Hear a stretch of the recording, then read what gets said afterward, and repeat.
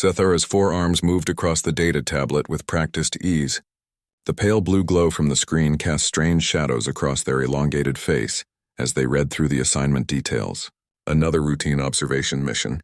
Another primitive species to catalog and assess. The Galactic Confederation's Scientific Observation Corps had given them dozens of these assignments over the past few cycles, and they all followed the same pattern. First contact teams would make peaceful contact with a new species. Diplomats would assess their cultural development. Then observers like Zethara would study their military capabilities. It was all very standard, very boring, and very necessary for the Confederation's expansion protocols.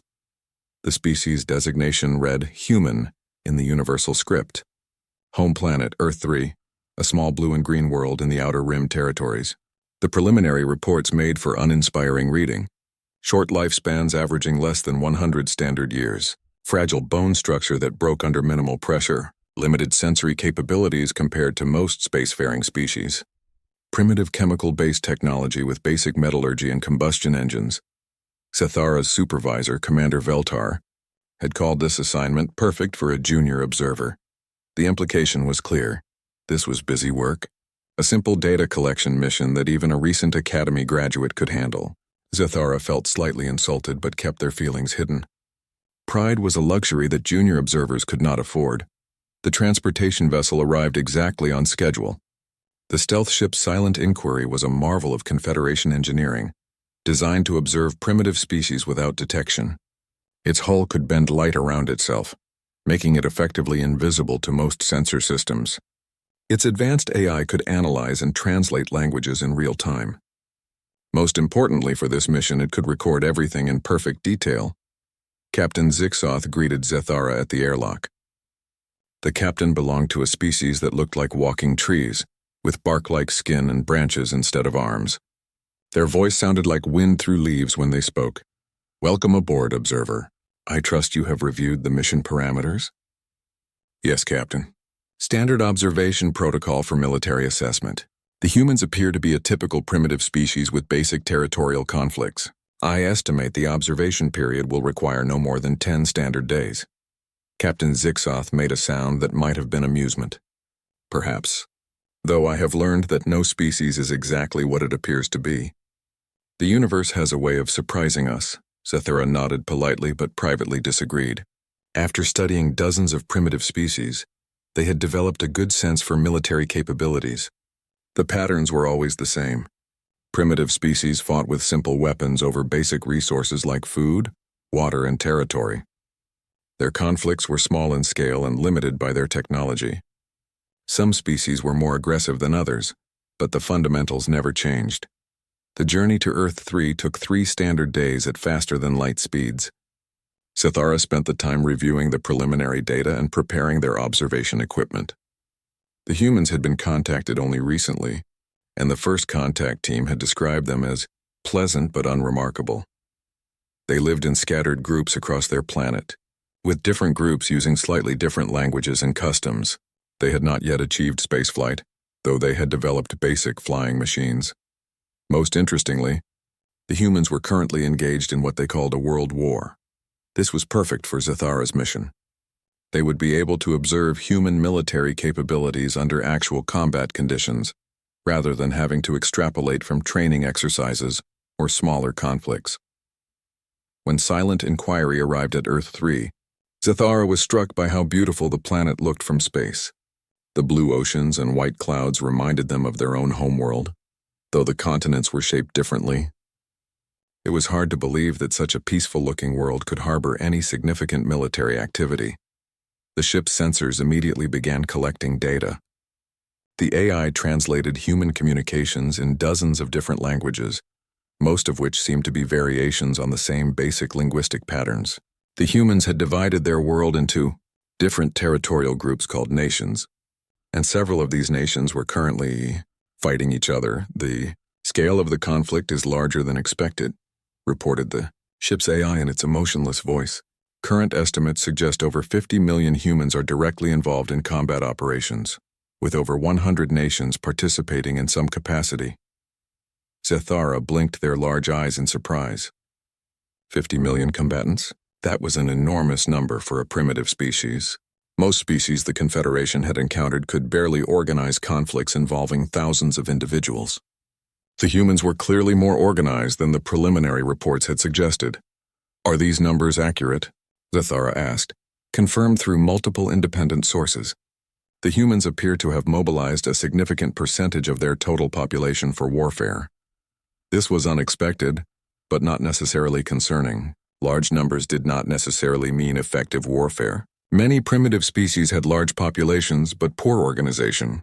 Zathara decided to begin their observations with one of the major battle zones to get a representative sample of human military capabilities. The ship positioned itself over a continent the humans called Europe, where several of their nations were engaged in intense fighting. The AI selected a city called Stalingrad where a major battle was taking place. According to human communications, this battle had been ongoing for several months and involved hundreds of thousands of combatants on both sides.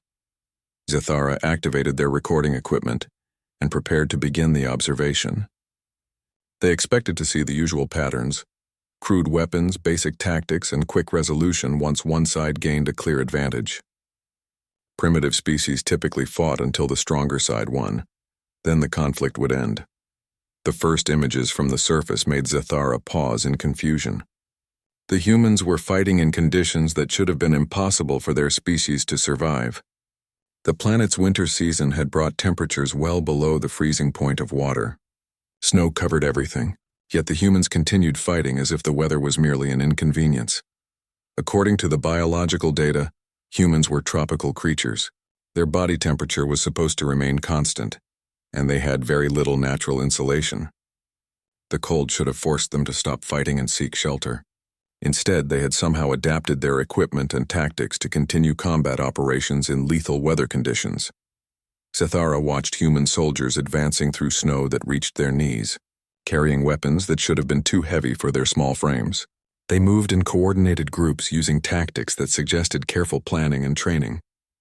When they encountered enemy positions, they did not simply charge forward as most primitive species would.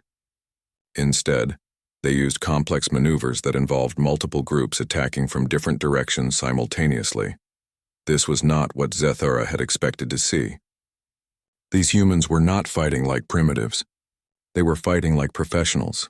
The observer increased the magnification on their instruments and focused on individual human soldiers. What they saw made no sense according to the biological profiles.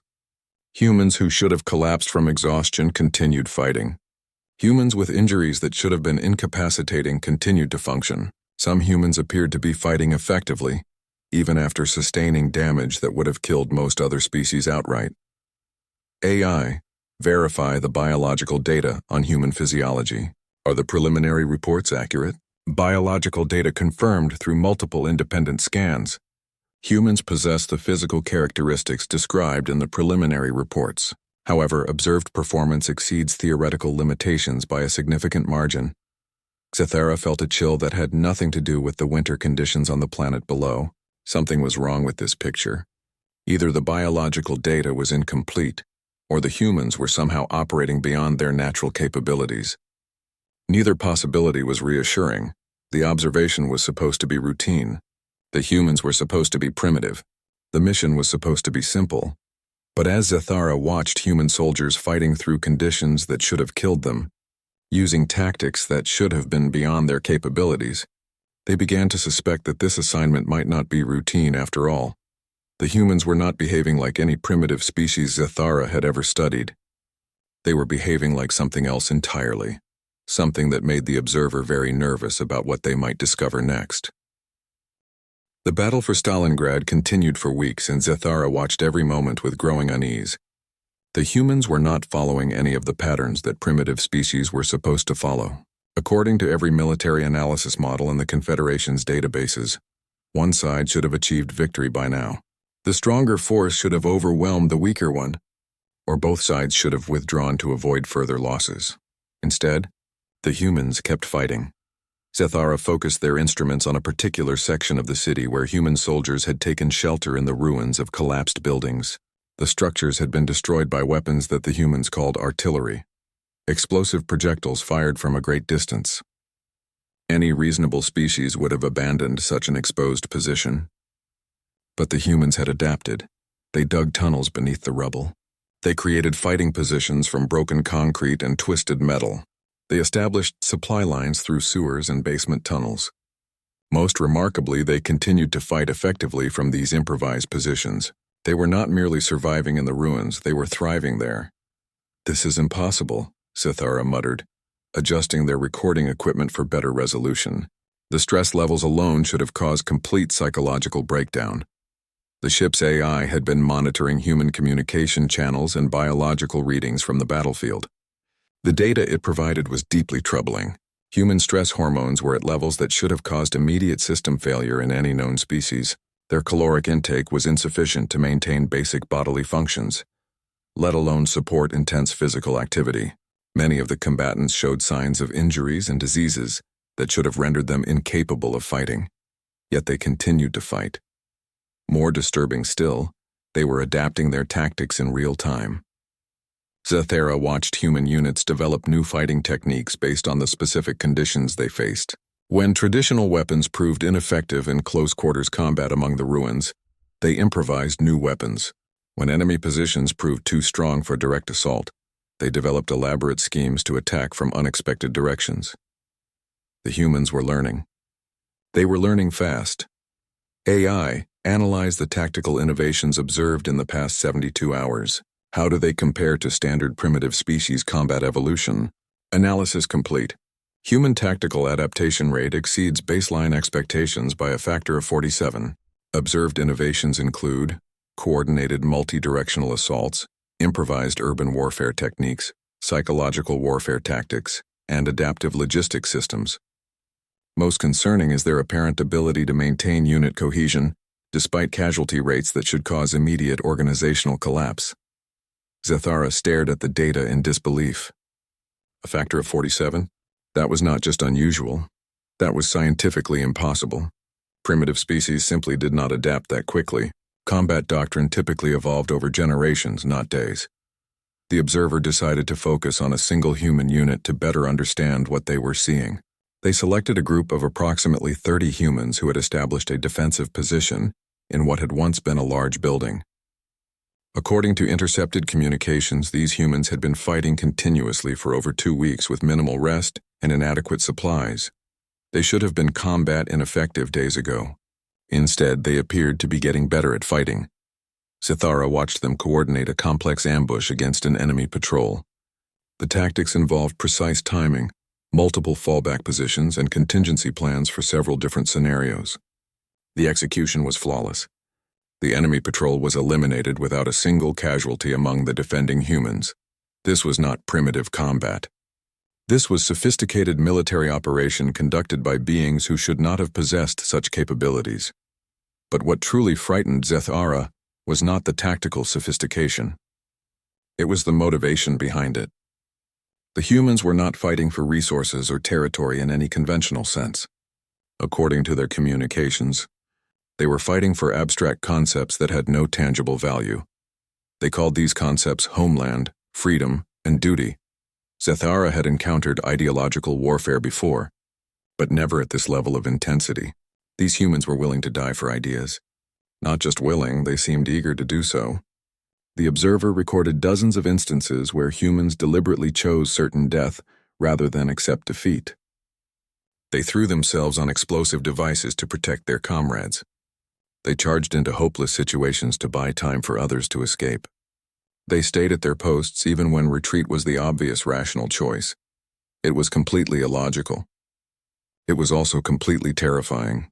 AI analyze human decision-making patterns during combat. Are they operating according to standard survival instincts? Negative. Human combatants frequently choose actions that maximize group survival at the expense of individual survival. This pattern is inconsistent with standard biological programming for all known species. Sithara felt their hands trembling as they took notes. This was beyond anything in their training. The humans were operating according to principles that defied evolutionary logic. Individual organisms were supposed to prioritize their own survival above all else. It was the fundamental law that governed all biological behavior, but these humans were breaking that law. The observer expanded their surveillance to cover the entire battle zone, hoping to find some explanation for the anomalous behavior. Perhaps this was limited to a particular group or unit. Perhaps there were external factors, drugs, genetic modifications, or technological enhancements. That explained the unusual performance. The expanded view only made things worse. The pattern was universal. Across the entire battlefield, humans were displaying the same impossible characteristics. They fought beyond their physical limitations. They adapted faster than should have been possible. They sacrificed themselves for abstract principles. And they did all of this while maintaining discipline and unit cohesion under conditions that should have caused complete military collapse. Zethara discovered that the humans had been fighting this particular battle for over 5 months. 5 months of continuous combat in lethal weather conditions with inadequate supplies and overwhelming enemy pressure. Any other species would have surrendered or retreated after the first week. The humans had not even considered surrender. According to intercepted communications, surrender was literally not an option they were willing to discuss. Their military doctrine apparently did not include provisions for surrendering under any circumstances. They would fight until they won, or until they were all dead. The observer realized they were witnessing something unprecedented in galactic history. This was not just unusual military behavior. This was a fundamental difference in how these creatures approached existence itself. They were not fighting to survive. They were fighting because fighting was what they did. "Captain," Zethara called over the ship's communication system, "I need to speak with you immediately." Captain Zixoth arrived at the observation deck within minutes. The tree-like being studied Zethara's data displays with what appeared to be growing concern. "These readings cannot be accurate," the captain said finally. "I have verified them multiple times. The humans are operating beyond all known biological and psychological limitations. They should not be capable of this level of performance." "Are you suggesting that the preliminary reports were wrong?" Zethara hesitated. That was exactly what they were suggesting, but the implications were staggering. If the humans were not the primitive species they appeared to be, then everything the Confederation thought it knew about them was wrong. "I think we may have made a serious error in our assessment of this species," Zethara said carefully. Captain Zixoth was quiet for a long moment. "How serious?" Zethara looked back at the display showing humans fighting impossible battles in impossible conditions for impossible reasons. "I do not know yet, but I am beginning to suspect that these humans may be far more dangerous than we realized." The captain's bark-like skin seemed to darken. "Continue your observations, observer. But I want daily reports from now on. If these humans are not what they appear to be, the Confederation needs to know immediately." As the captain left, Zethara turned back to their instruments. On the surface below, the impossible battle continued. Humans fought and died and somehow kept fighting anyway. The observer was beginning to understand that this mission was not going to be routine at all. It was going to be a nightmare. Zethara decided to expand their observations beyond the European continent. If the behavior at Stalingrad was an anomaly, they needed to verify it by studying human combat in different locations and conditions. The ship's AI identified another major theater of operations in what humans called the Pacific Ocean, a vast body of water dotted with small islands where different human factions were fighting for control. The observer hoped that different geography and circumstances might reveal more normal primitive behavior. They were disappointed. The first location the AI selected was a small island that humans called Iwo Jima. According to intercepted communications, this island had no strategic value beyond its potential use as a base for future operations. It was essentially a worthless piece of rock sticking out of the ocean. Any rational species would have avoided fighting over such a meaningless target. The humans were fighting over it anyway. But that was not the disturbing part. The disturbing part was how they were fighting over it. Zethara watched through their instruments as humans charged directly into defensive positions that were clearly impregnable. Machine gun emplacements had been carved into solid rock, creating fields of overlapping fire that should have made any assault impossible. Artillery had been pre-positioned to target every approach route. The defending humans had spent months turning the island into an elaborate death trap. The attacking humans knew this. Their own reconnaissance had provided detailed intelligence about the defenses. They understood exactly what they were walking into. They attacked anyway. "This is not rational behavior," Zathara muttered, recording everything. They are deliberately choosing the least survivable course of action. But what made it worse was that the strategy was working. Despite horrific casualties, the attacking humans continued to advance. They did not retreat when their units were decimated. They did not pause to reorganize when their commanders were killed. They simply kept moving forward, replacing fallen leaders with whoever was still alive, adapting their tactics on the fly to overcome each defensive position. The observer watched human soldiers advance across terrain that offered no cover, while enemy weapons cut down their comrades around them. By any reasonable standard, this should have been impossible. The psychological trauma alone should have broken unit cohesion within minutes.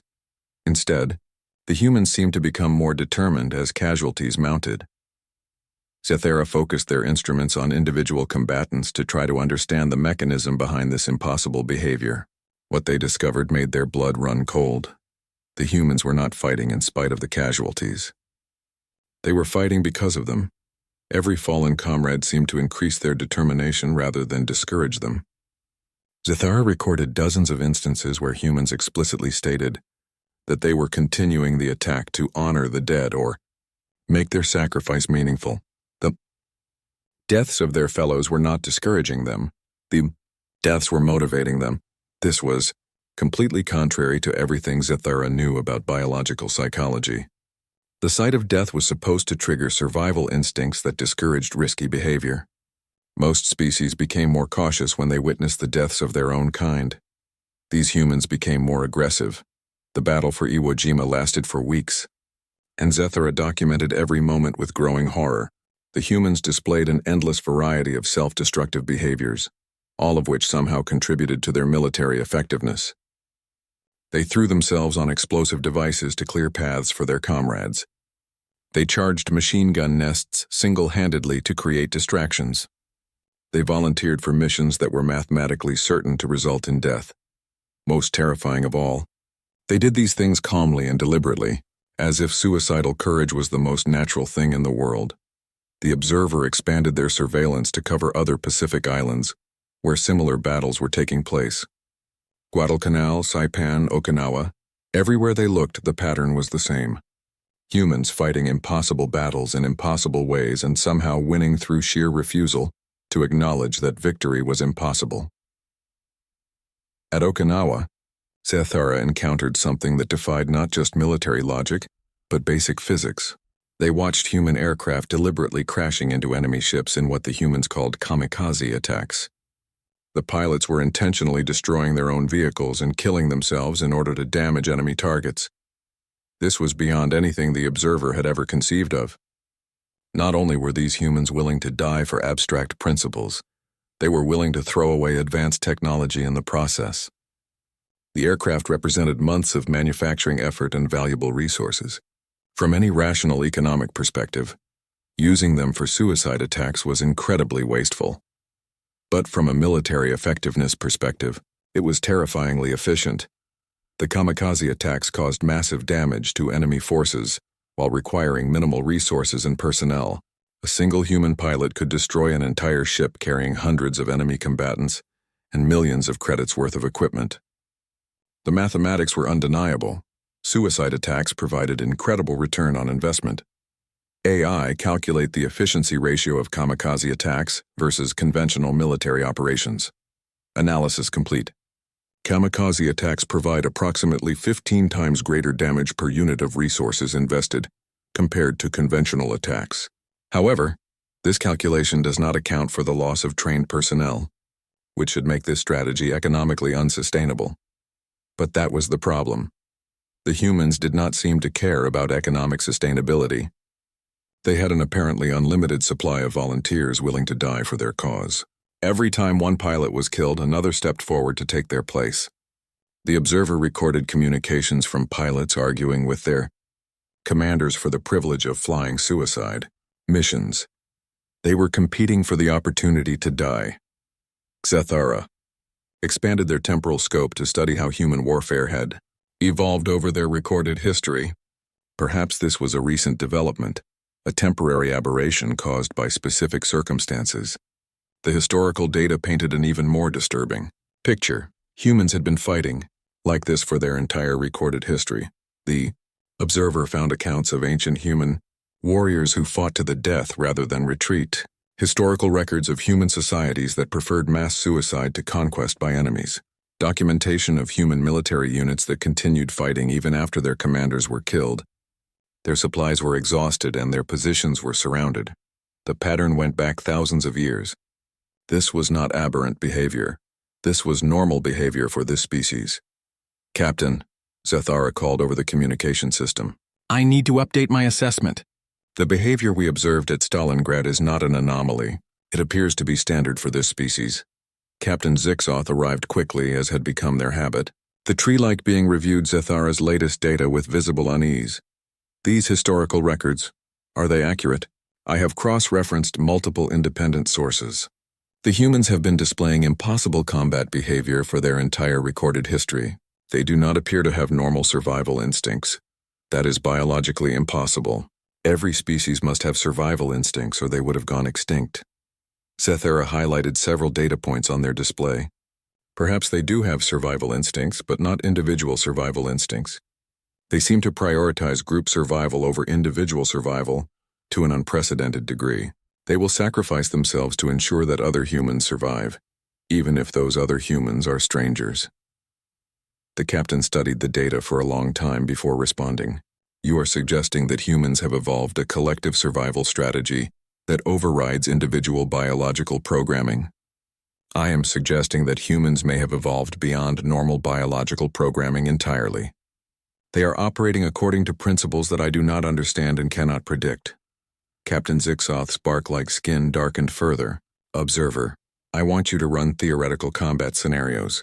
If the Confederation were to encounter human military forces, what would be the likely outcome?"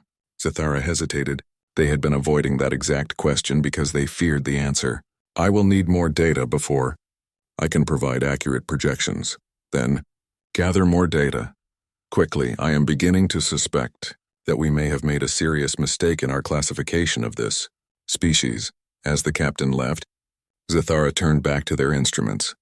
On the surface below, humans continued to fight impossible battles in impossible ways, dying for reasons that made no logical sense but somehow achieved military objectives that should have been impossible. The observer was beginning to realize that understanding human military capabilities might require understanding human nature itself, and human nature was starting to look like something that defied everything the Confederation thought it knew about intelligent life. The nightmare was getting worse. Zathara spent the next several weeks expanding their observations to cover the entirety of human military activity across their planet. What they discovered made everything they had seen before look like child's play. The humans were not just fighting. Beyond their apparent limitations, they were fighting while deliberately holding themselves back. The revelation came when the ship's AI intercepted communications about weapons that humans called atomic bombs. According to the technical specifications, these devices could destroy entire cities with a single explosion. The humans had developed multiple such weapons and possessed the delivery systems to use them. Anywhere on their planet, any rational species with such overwhelming military superiority would have used these weapons immediately to end their conflicts. The humans had used them exactly twice, then stopped. AI, analyze human weapons capabilities. What is their maximum destructive potential? Analysis complete. Human atomic weapons possess sufficient destructive capacity to render their entire planet uninhabitable. Current stockpiles could eliminate all human civilization within a matter of hours. Zathara stared at the data in disbelief. They have the ability to destroy themselves completely. Confirmed. Moreover, they continue to develop more powerful weapons while simultaneously creating elaborate systems to prevent their use. This behavior is paradoxical. That was an understatement. The humans had developed the ultimate military capability, then voluntarily chosen not to use it. They had created detailed international agreements limiting the production and deployment of atomic weapons. They had established complex command structures designed to prevent accidental use. They had built an entire diplomatic framework around the principle of avoiding atomic warfare. They were fighting wars with conventional weapons while keeping infinitely more powerful weapons in reserve. Zathara realized they had been observing human military capabilities while the humans were essentially fighting with one hand tied behind their backs. Everything they had witnessed, the impossible courage, the suicidal tactics, the refusal to surrender, represented human combat performance while they were restraining themselves. The observer decided to run theoretical models to understand what human warfare might look like without such restraints. The results were terrifying. AI model human military response to an invasion by a technologically superior alien species. Assume the invaders possess spacecraft and energy weapons but cannot completely destroy the planet. Modeling complete. Results indicate that human resistance would be sustained indefinitely, regardless of casualty rates. Projected human adaptation rate suggests they would reverse engineer alien technology within months. Most concerning projection, humans would eventually achieve technological parity through captured alien equipment and would then pursue their attackers to their homeworld. Zathara read through the detailed analysis with growing horror. The AI had modeled dozens of different invasion scenarios, varying the technological advantage of the attackers and the initial success of the invasion. In every single scenario, the result was the same. The humans would never surrender. They would never stop fighting. They would adapt, learn, and eventually strike back. AI modeled a scenario where alien invaders successfully occupy Earth and eliminate 90% of the human population. Modeling complete. Remaining 10% of human population would continue resistance operations indefinitely. Projected timeline for human technological advancement through captured alien equipment: 18 months to achieve parity, 36 months to achieve superiority. Probability of human counter-invasion of alien homeworld: 97%. The observer felt physically ill reading the projections. Even near-complete extermination would not stop these creatures. They would survive, adapt, and seek revenge, and according to the models, they would probably succeed. But the most terrifying part was not the projections themselves.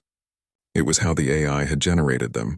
Every assumption in the models was based on observed human behavior.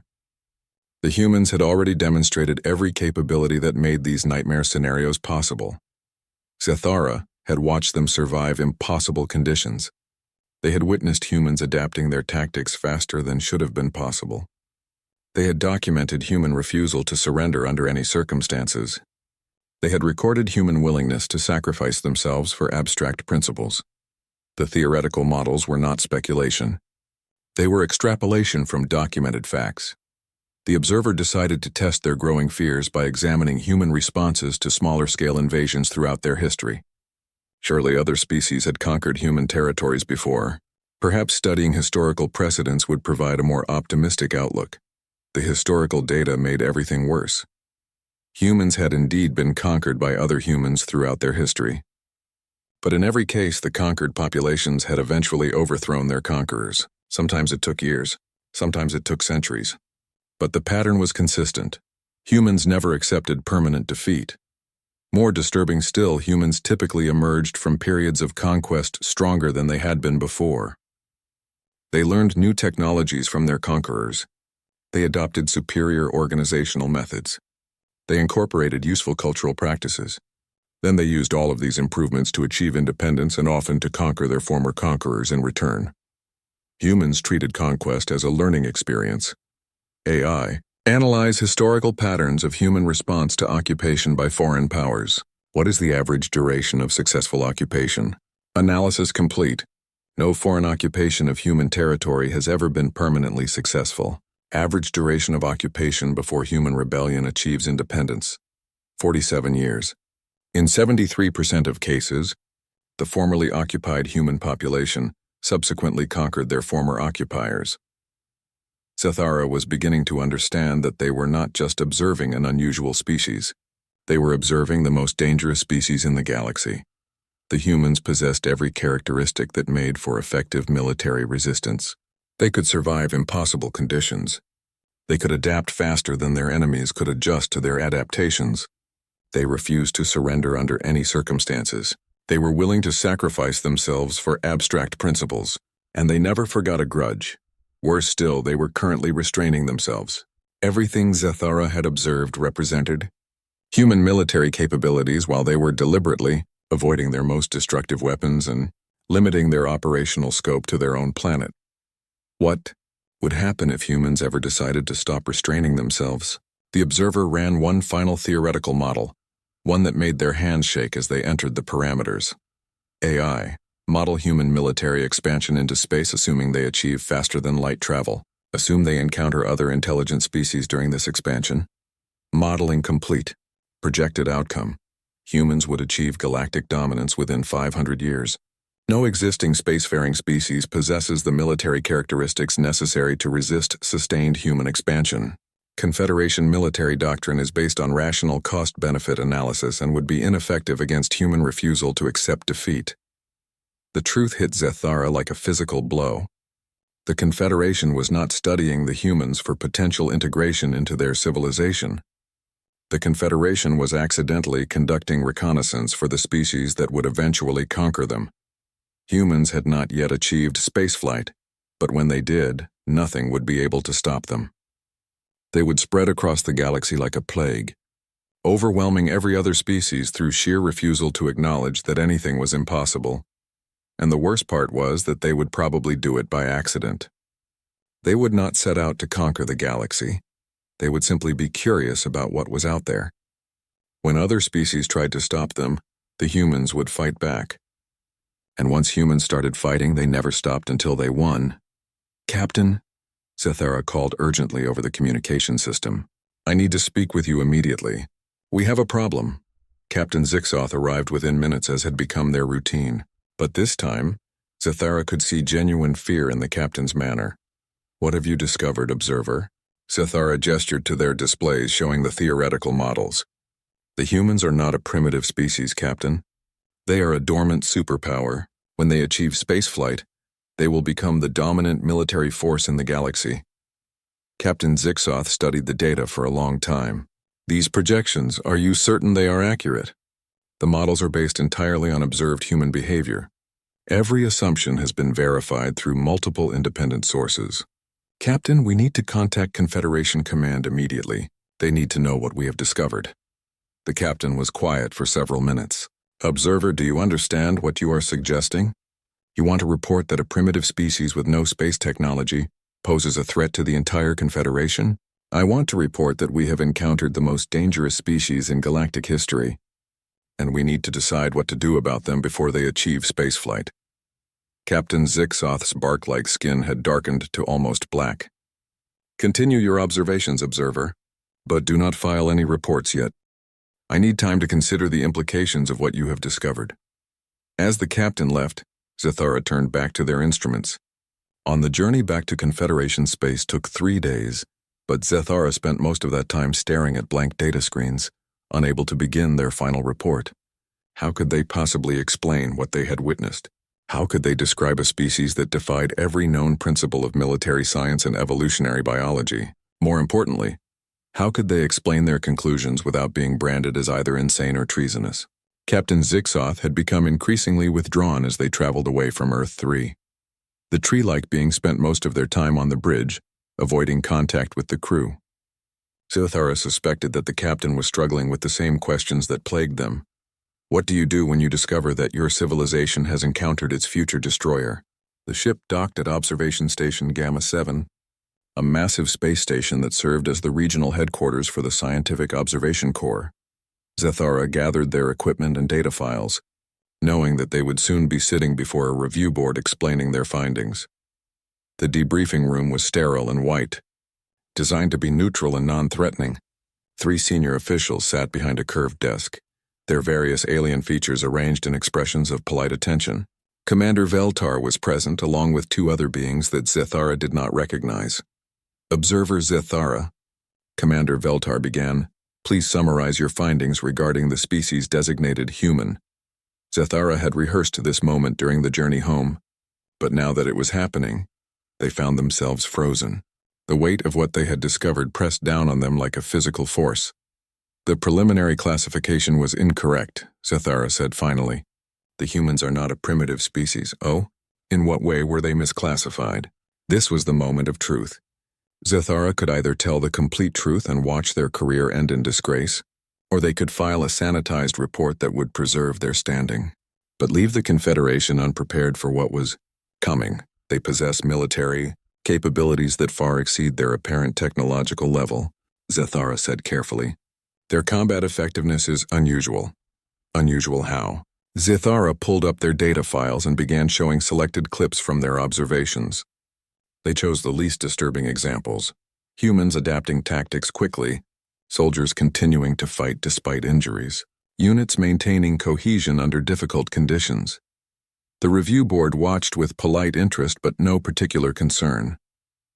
To them, this looked like standard primitive warfare with perhaps slightly better organization than expected. These humans appear to be more organized than the preliminary report suggested, one of the board members noted, but this does not seem to indicate any significant threat to Confederation interests. Zathara felt a cold panic rising in their chest. The board was not understanding the implications of what they were seeing. They were viewing the footage through the lens of their own military experience, where rational cost-benefit analysis governed all decisions. They could not comprehend a species that ignored cost-benefit analysis entirely. There are additional factors that should be considered, Zathara said, trying to find a way to convey the truth without sounding completely insane. The humans display unusual psychological characteristics. They do not surrender under circumstances where surrender would be the rational choice. Many primitive species fight longer than strategically advisable, Commander Veltar observed. This is typically attributed to poor military education or lack of sophisticated command structures. It is not a matter of education or command structure, Zathara said desperately.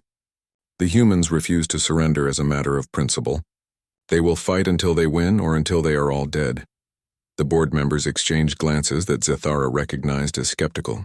They thought the observer was exaggerating, allowing emotion to cloud their scientific judgment. Observer, one of the unknown officials said gently, "It is natural for extended observation missions to create a sense of drama around the subjects being studied. Perhaps some time away from the assignment would provide helpful perspective." Zathara realized with growing horror that they were not going to be believed. The review board could not accept the truth because the truth was too far outside their frame of reference. The humans were so different from every other known species that accurate description sounded like fantasy. "I recommend that no further contact be made with this species," Zathara said as their final attempt to protect the Confederation. They should be classified as non-contact and avoided indefinitely.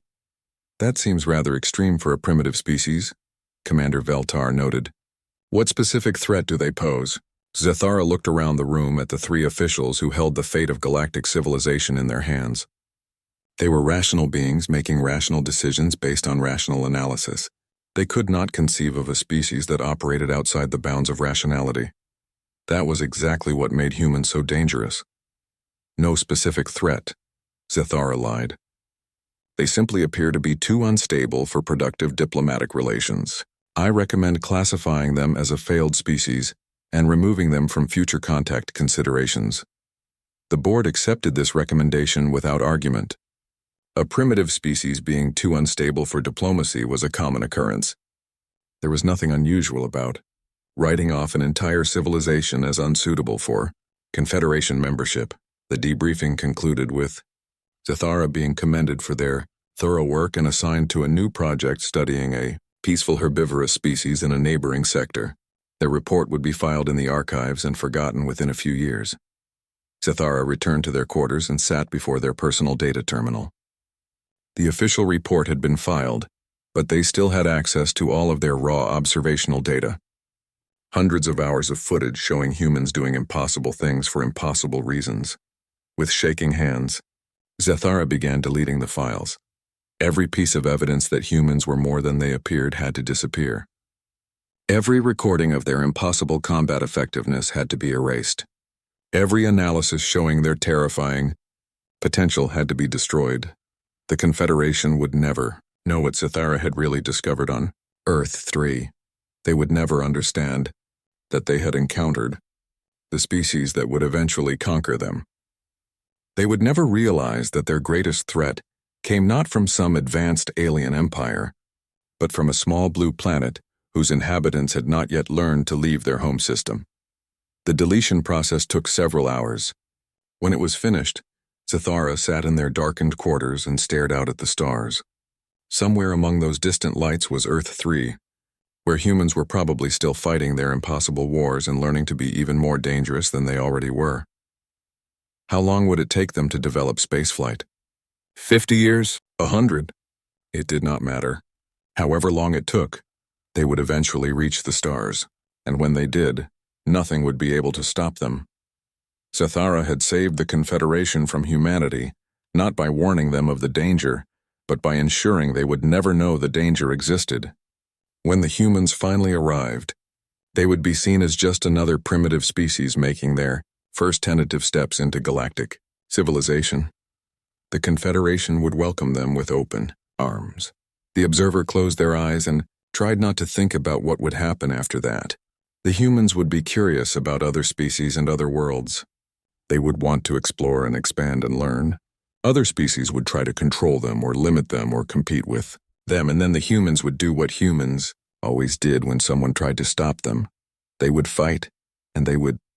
Zathara had spent weeks watching humans fight impossible battles against impossible odds for impossible reasons. Now they understood the most terrifying truth of all.